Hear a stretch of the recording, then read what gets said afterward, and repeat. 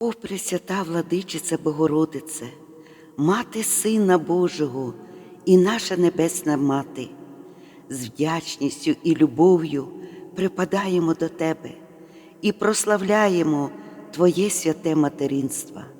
Моли Сина Твого і Бога нашого за Україну, за наші родини, за воїнів, що захищають рідну землю, за поранених, полонених і безвісті зниклих.